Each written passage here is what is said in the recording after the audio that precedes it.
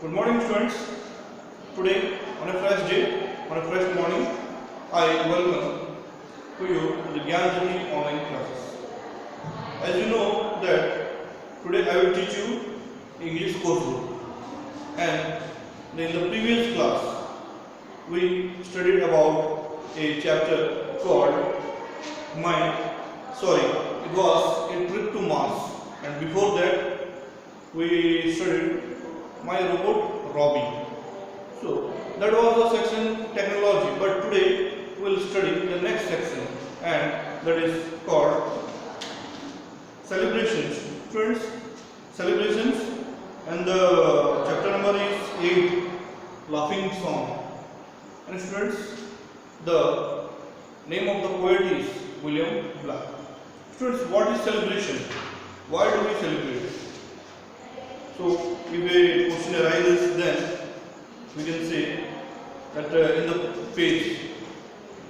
this page you can see, we celebrate birthdays, we celebrate anniversaries, we celebrate different functions in schools, our houses, and everywhere. So what are the main aim of this chapter?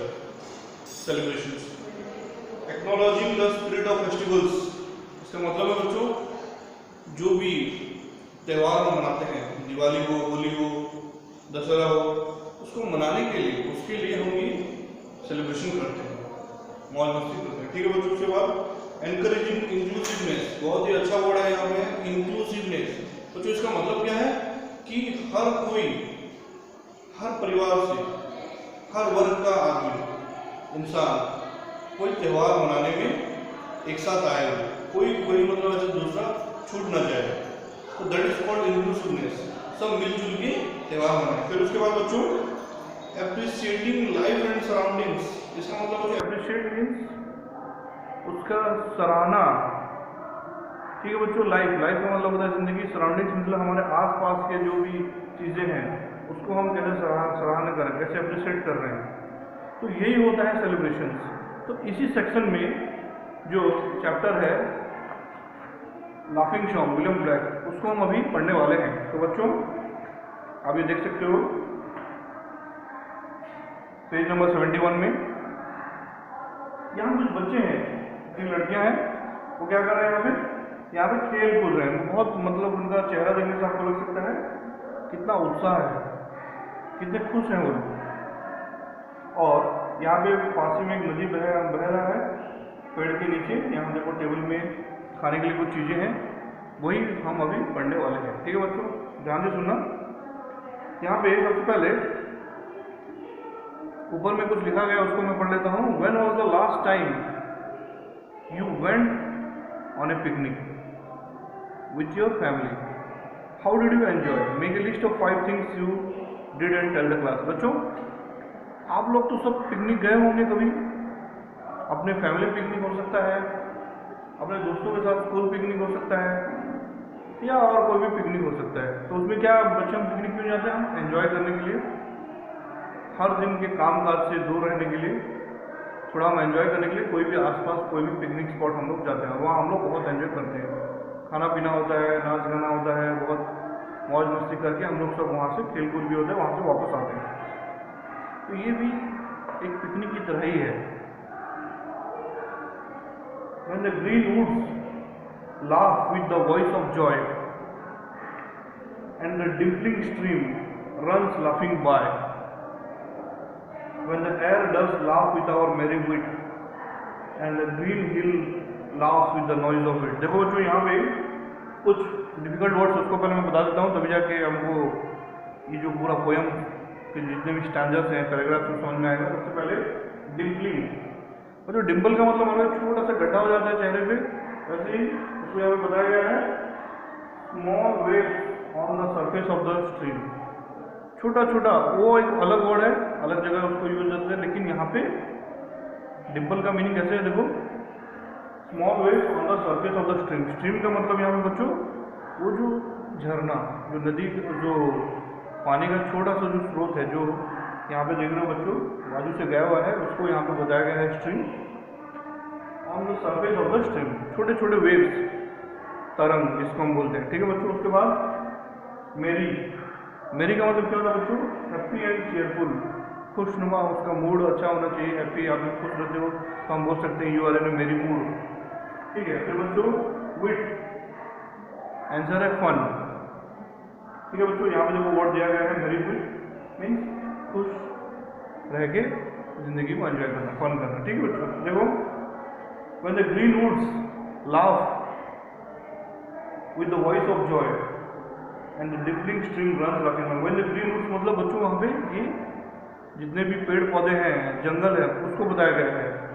laugh with the voice of joy मतलब क्या पेड़ पौधे हंस सकते हैं क्या? नहीं हंस सकते, लेकिन ये यहाँ पे बताया गया है कि वो भी हमारे साथ है। यहाँ जितने बच्चे हैं, जितने लोग हैं वहाँ पिकनिक मनाने आए हैं, उसके साथ वो एंजॉय कर रहे हैं। ठीक है बच्चों, and the dimpling stream runs laughing by, ऐसे अभी मैंने जैसे बताया dimpling stream runs by, runs laughing by, उसका जो बहाव है वो जिस तरह से बह रहा है वो ऐसा लग रहा है कि वो भी हंस रहा है।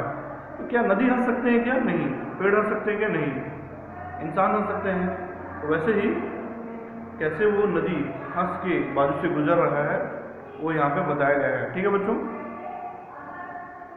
when the air does laugh with our merry wit, यहाँ सबसे पहले पेड़ पौधे जो भी हैं, उसके बाद जो नदी है, उसके बाद जो हवा है, वो भी कैसे हंस रहा है वो यहाँ पे बताने को चाहता है जो राइटर है।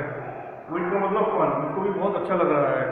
जितने भी नेचुरल सराउंडिंग्स हैं हमारे आजू बाजू, सब वहाँ पे मौज कर रहे हैं। And the Green Hill laughs with the noise of it, ये सब से जो भी आवाज़ हो रहा है, जो हवा बह रहा है, जो नदी का बहाव है, ये सब को देख के वहाँ पे जितने भी ग्रीन हिल्स हैं, हिल का मतलब क्या होता है बच्चों? पहाड़। ग्रीन इसलिए क्योंकि वहाँ पे बहुत सारे पेड़ पौधे से वो लदा हुआ है। ठीक है, laughs with the noise of it, उसके आवाज़ से वो बहुत खुश हो रहा है। ठीक है बच्चों, ये हो गया पहला स्टैंजा। ठीक है,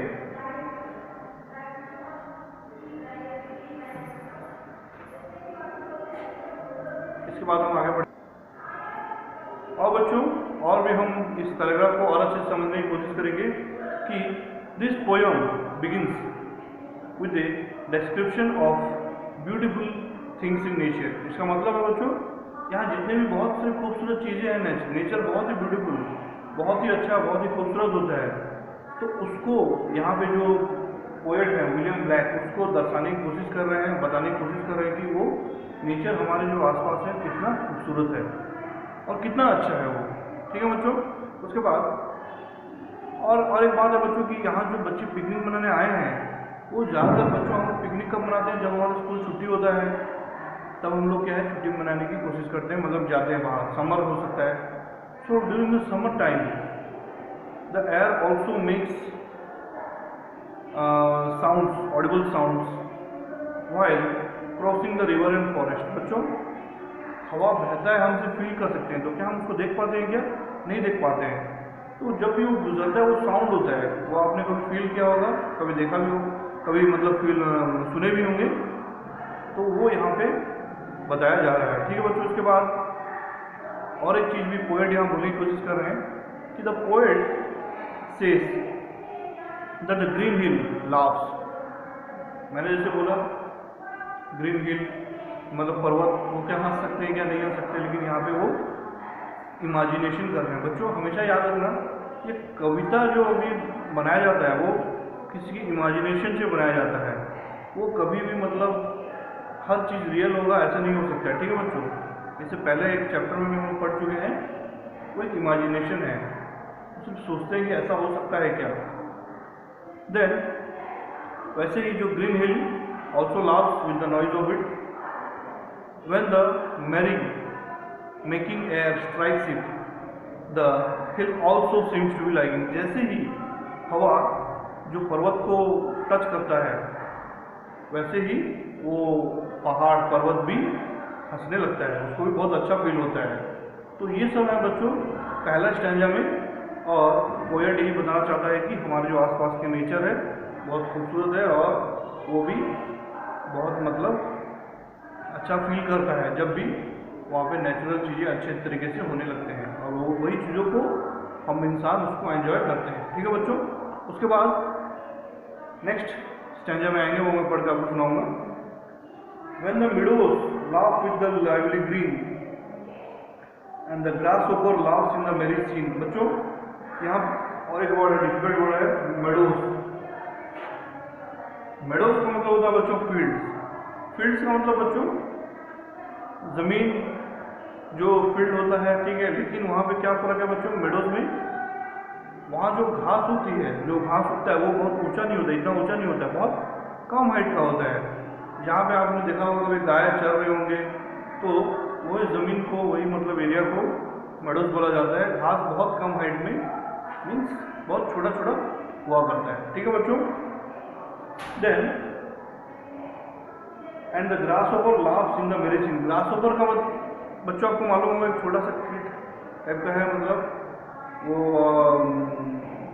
मतलब कीड़ा है वो। ठीक है बच्चों, वो ज़्यादातर घास में पाया जाता है। वो आप लोग कभी उसको देख के डर भी गए हो, लेकिन वो भी इसके साथ मेरी, जैसे मैंने बोला, हैप्पी एंड चेयरफुल मूड में वो मेडोज भी हंस रहा है और ग्रासहोपर भी हंस रहा है। मैंने जैसे भी बोला इमेजिनेशन है ये सब, वो एक्चुअल में हंस नहीं सकते हैं, लेकिन ये सब देख के वो भी हंस रहे हैं। Well Mary and Susan and Emily, देखो बच्चों यहाँ पे जो 3 लड़कियां हैं उनका नाम यहाँ पे दिया गया है मेरी, सुसान एंड एमिली। ठीक है बच्चों, ये तीनों लड़कियां वहाँ पे पिकनिक मनाने आए हैं और with the sweet round mouth sing ha ha हे। देखो बच्चों यहाँ पे पहले तो मेडोज जो फील्ड है उसके बारे में बताया गया है, फिर उसके बाद जो ग्रासहोपर है, फिर उसके बाद जो 3 लड़कियां हैं मेरी, एमिली एंड सुसान, वो वहाँ पे आप देख सकते हो। यहाँ पे आप लोग भी ऐसे डांस वांस कर रहे होगे, कभी खेल कूद में कर रहे होगे, गोल गोल घूम घूम के। ठीक है बच्चों, तो ऐसे ही वो सब वहाँ पे खेल रहे हैं। ठीक है, और स्वीट राउंड माउथ, बच्चे लोग हैं बहुत ही मतलब मीठा होता है उनका जुबान, ठीक है, बहुत ही कोमल होते हैं। आप लोग जैसे हो हा हा हे करके वो वहाँ पे मौज मस्ती कर रहे हैं। और बच्चों इसके आगे हम लोग पढ़ेंगे मेडोज। मेडोज का मीनिंग जैसे मैं आपको अभी डिटेल में बताऊंगा। Meadows are grounds with green grass and very less और नो प्लांट्स। तो पेड़ पौधे ज़्यादा नहीं होते वहाँ पे, छोटे छोटे घास वहाँ पे देखने को हम लोग मिलते हैं। ये यहाँ पे पोएट बता रहे हैं। It seems that meadows also meadows are also laughing because of their bright green colors। देखो यहाँ पे बच्चों जो कलर है उसका, घास का कलर क्या होता है बच्चों, ग्रीन होता है, ग्रीनरी वहाँ पे है। ठीक है बच्चों, तो वहाँ पे क्या है, वो उसको ग्रीनरी के साथ तो मेडोज भी वहाँ पे हंसने लगा है। उसके बाद बच्चों ग्रासहोपर का स्टोरी है यहाँ पे। The grasshopper which laugh in the merry scene, वो भी हंस रहा है, वो भी मौज कर रहा है। In the laughing and merry making of the meadows, meadows के साथ ग्रासहोपर भी हंस रहा है।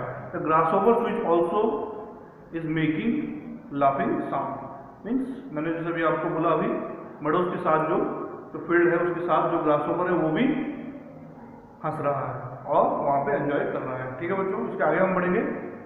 The ladies present in the poem और in the picture we can say Emily, Susan and Mary. ये 3 लेडीज हैं यहाँ पे, 3 लड़कियाँ हैं। They have depicted by the poet here depicts sweet round mouth and their voice also contributes to the beauty of nature। Means बच्चों sweet round mouth, उनमें बच्चों को बोला गया कि बहुत मतलब अच्छे हैं, बहुत मीठे हैं, जुबान के हैं, और वो कैसे नेचर की ब्यूटी को, नेचर की खूबसूरत को वो वहाँ पे कंट्रीब्यूट कर रहे हैं। देन बच्चों आगे हम बढ़ते हैं। In the meadows common ladies are also enjoying and seeing. ठीक है, उसके बाद बच्चों और भी वहाँ पे लेडीज हैं, वो फोटो में नहीं दिख रहे हैं, और भी वहाँ पे पिकनिक मनाने आए होंगे, वो लोग भी वहाँ पे एंजॉय कर रहे हैं। ठीक है बच्चों, ये पिकनिक एंजॉय कर रहे हैं। तो ये हो गया बच्चों हमारा 2 पैराग्राफ। अभी हम आखिरी पैराग्राफ पढ़ेंगे। When the painted birds laugh in the shade, where our table with cherries and nuts is spread, come live and be merry and join with me to sing the sweet chorus of ha ha हे। देखो बच्चों यहाँ पे और एक word है, difficult word है chorus. The part of the song that is repeated, बार बार कुछ मतलब गाने के कुछ आखिरी हिस्से होते हैं, उसको क्या है हम लोग हर स्टैंजा के बाद बार बार रिपीट करते हैं, तो उसको हम बोलते हैं chorus. The part of the song that is repeated. ठीक है बच्चों, अभी हम आखिरी पैराग्राफ का मीनिंग समझेंगे। When the painted birds laugh in the shade. देखो बच्चों इसका मतलब क्या होता है,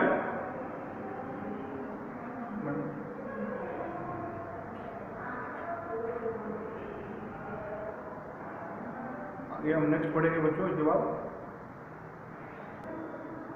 तो बच्चों ये अभी जो आखिरी स्टैंजा मैं अभी पढ़ने वाला हूँ, मैंने अभी जो पढ़ा है, when the painted birds laugh in the shade. Shade का मतलब होता है बच्चों जो छाव, कैसे होता है छाव, पेड़ के कारण छाव हो सकता है। ठीक है बच्चों, यहाँ नहीं तो ज़्यादा अगर जो पहाड़ बहुत ऊंचा है तो उसका छाव भी पड़ सकता है, तो वो यहाँ पे जो वर्ड है बच्चों पेंटेड वर्ड्स, उसका मतलब क्या है, पेंटेड वर्ड्स का मतलब क्या है, in this stanza painted bird means the bright coloured birds. बच्चों ऐसा लग रहा है कि बर्ड्स को पेंट किया गया है, तो बच्चों क्या हम बर्ड्स को, चिड़िया लोगों को पेंट कर सकते हैं क्या, ऐसा पॉसिबल है कि नहीं है पॉसिबल, उनका तो खुद का कोई कलर होता है। ठीक है, अलग अलग कलर के चिड़िया होते हैं, उनका पर, उनका जो बॉडी है वो अलग अलग कलर का होता है। ठीक है बच्चों, तो in this stanza painted bird means the bright coloured birds which are painted by God। ठीक है बच्चों, अभी जैसे मैंने बताया हमको इंसानों को, पशु पक्षियों को किसने बनाया, भगवान ने बनाया है, तो उनको भगवान ने कलर किया है, ऐसा हम बोल सकते हैं। ठीक है, उसके बाद शेड, यहाँ पे शेड क्या है, यहाँ पे shade here either refers to the shade of the green trees और their nests in this trees. बच्चों जैसे यहाँ पे जो मैंने आपको बोला अभी पेड़ों का जो छाव है, जो नेक्स्ट है वहाँ पे जो चिड़िया लोगों का उनका छाव को यहाँ पे शेड बोला गया है। जैसे मैंने यहाँ पे पढ़ा है अभी, मतलब painted birds laugh in the shade. Shade यहाँ पे उनका जो नेक्स्ट का बच्चों, नेक्स्ट का मतलब क्या होता है, घोंसला। देखो बच्चों यहाँ पे मैं लिख रहा हूँ नेक्स्ट। जैसे बच्चों हम लोग घर में रहते हैं, चिड़िया लोग कहाँ से, कोई घर उनका बनाता है कि नहीं, वो खुद बनाते हैं और उसको बोलते हैं क्या बच्चों, घोंसला। ठीक है बच्चों, then he means the poet here is offering others to come live and live and be merry।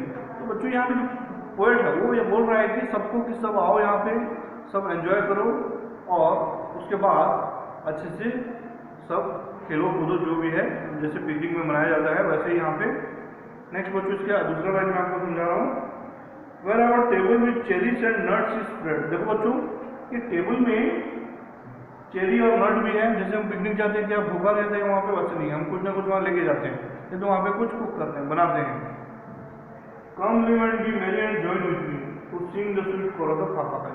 तो यहाँ पे जो पोएट है वो ये बोलना चाह रहा है कि आप यहाँ पे आओ, चेरीज नट्स उसको खाओ, एंजॉय करो और हमारे साथ आके मतलब मेरी मेकिंग करो, फन करो, खेलो कूदो। और ये जो गाना है, जैसे सबसे आखिरी में जो पोएट बोला है, हर एक लाइन के तो स्टैंजे के जो सेकंड और थर्ड स्टैंजे के आखिरी में है हा हा ही, तो स्वीट कोरस जो है उसको भी जैसे गाते हैं हम लोग कहीं जाने से एंजॉय करते हैं, वो गाना तुम लोग गाओ। ये सब जो पोएट है वो यहाँ बोलना चाह रहे हैं। तो बच्चों इस पोएट का जो समरी है वो हमसे क्या निकलता है बच्चों, कि the poet in this poem wants to say that the poem ends in merry making। merry making मतलब खुशियाँ मनाना, मौज मस्ती करना। ठीक है बच्चों, it can also be considered as an invitation of romantic poet to those living in urban areas। बच्चों ये एक मतलब जितने भी लोग हैं जो मतलब बहुत ही बिजी लाइफ जी रहे हैं, बहुत बिजी हैं, उनके लिए एक इन्विटेशन है, उनके लिए एक आमंत्रण है, हम बोल सकते हैं, उनको बुला सकते हैं कि आप लोग जाइए, पिकनिक मनाइए, नेचर के साथ रहिए, नेचर के गलियारों में जाके वहाँ पे एंजॉय कीजिए और मैरी मेकिंग कीजिए, अपने जो ज़िंदगी है उसको भूल के कुछ देर के लिए ये यहाँ पे पोएट बोलना चाह रहा है। जो यहाँ पे पोएट है विलियम ब्लैक बोलना चाह रहे हैं कि आप लोग भी सब एंजॉय कीजिए। ठीक है बच्चों, यही मतलब पोएम खत्म होता है। उसके बाद हम लोग देखो बच्चों पोएम यहाँ पे खत्म हो गया है। पेज नंबर 72 में देखो कुछ एक्सरसाइजेज है जो मैं कुछ आपको करवा देता हूँ। देखो, mark this statement is true और फॉल्स। ठीक है बच्चों, ट्रू और फॉल्स। देखो, ट्रू और फॉल्स दिया गया है पेज नंबर 72 में। कुछ मैं आपको बता देता हूँ। The grasshopper is singing. बच्चों, ये हमको जो पोयम में दिया गया है उसके हिसाब से हमको करना है। तो ग्रासहोपर सिंगिंग कर नहीं, इट वाज लाफिंग, तो ये क्या हो जाएगा, ये हो जाएगा फॉल्स। फिर बच्चों उसके बाद the hills are brown in colour. बच्चों, कोई भी मतलब ये पहाड़ यहाँ पे जो बताया गया है क्या वो ब्राउन कलर है? नहीं, ग्रीन कलर, तो ये भी हो जाएगा बच्चों false. The birds are laughing in the shade. देखो बच्चों, ये हम चेक करेंगे, the birds are laughing in the shade है कि नहीं। यहाँ पे दिया गया है birds are laughing in the shade, हाँ ट्रू, ये सही है। तो ये क्या हो जाएगा, टी, इसको हम TRUE ट्रू लिखेंगे। ठीक है बच्चों।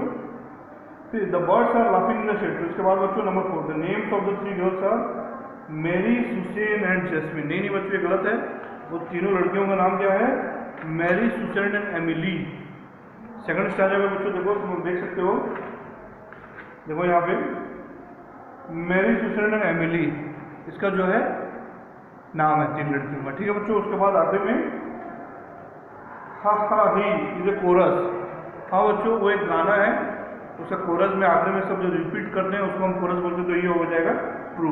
फिर बच्चों देखो, answer this question, why does the air seem to laugh. ये सब बच्चों जो है पोयम मैं आपको समझा चुका हूँ। मैं उम्मीद करता हूँ आप लोग सब समझ पाओगे। जो भी डाउट है हमें से पूछ सकते हैं।